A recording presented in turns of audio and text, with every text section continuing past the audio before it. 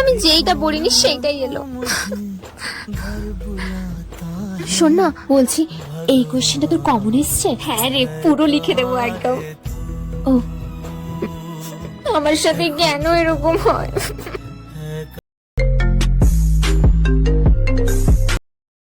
এই জানিস আজ কি হয়েছে কলেজে? কি হয়েছে? ভাই কার এক ব্যাপার হয়েছে। খেয়ালি না করে বলবি? ভাই তোর ক্রাশ আজ কলেজে সবাইকে বার্থডে ট্রিট দিয়েছে। সবাইকে? আর বলছি কি,